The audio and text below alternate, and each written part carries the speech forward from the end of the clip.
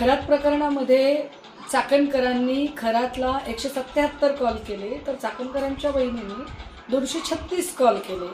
तर 17 कॉल हे मुख्यमंत्र्यांकडून आणि सगळ्यात जास्त संभाषण हे एकनाथ शिंदेंचं 21 मिनिटाच्या कॉलचं झालेलं आहे, अशी माहिती दमानी यांनी बाहेर काढली. खरं तर हा एक वेगळाच प्रश्न संशोधनाचा असेल की ही सगळी माहिती कशी काय बाहेर येते, पण त्याहीपेक्षा महत्त्वाचा प्रश्न, जी माहिती विविध चॅनल्सकडे, दमानी यांकडे किंवा माझ्याकडे किंवा अजून कोणाकडेही येते, नेमकी तीच माहिती SITकडे का येत नाही? SITच्या तपासाचा वेग अजूनही म्हणावा तसा का वाढत नाही? शिवनिका ट्रस्टच्या संचालकांच्या चौकशा अजूनही का सुरू झाल्या नाहीत? एवढे सगळे पुरावे समोर असतानाही रुपाली चाकणकर यांना अजूनही पोलीस ताब्यात का घेत नाहीत?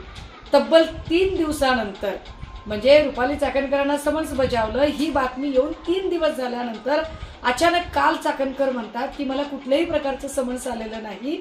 हे चाकणकर कोणत्या आधारावर म्हणतात? चाकणकर SITला खिचगिंतीत धरत नाहीत की चाकणकर हे सांगू पाहत आहेत की मी सगळं मॅनेज केलेलं आहे आणि मला कोणी हातही लावू शकत नाही? खरंच सरकारला हे प्रकरण लॉजिकल एंडला न्यायचं आहे का?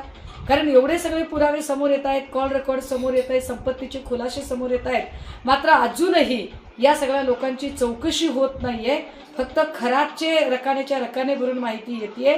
आमचा प्रश्न आहे, आमच्या मनात ही शंका आहे, महाराष्ट्राच्या मनातला हा प्रश्न आहे की सरकारला खरंच हे प्रकरण लॉजिकल एंडला न्यायचं आहे का, की फक्त याने कॉल केला त्याने कॉल केला असं म्हणून काही ठराविक नावं डॅमेज करायची आहेत?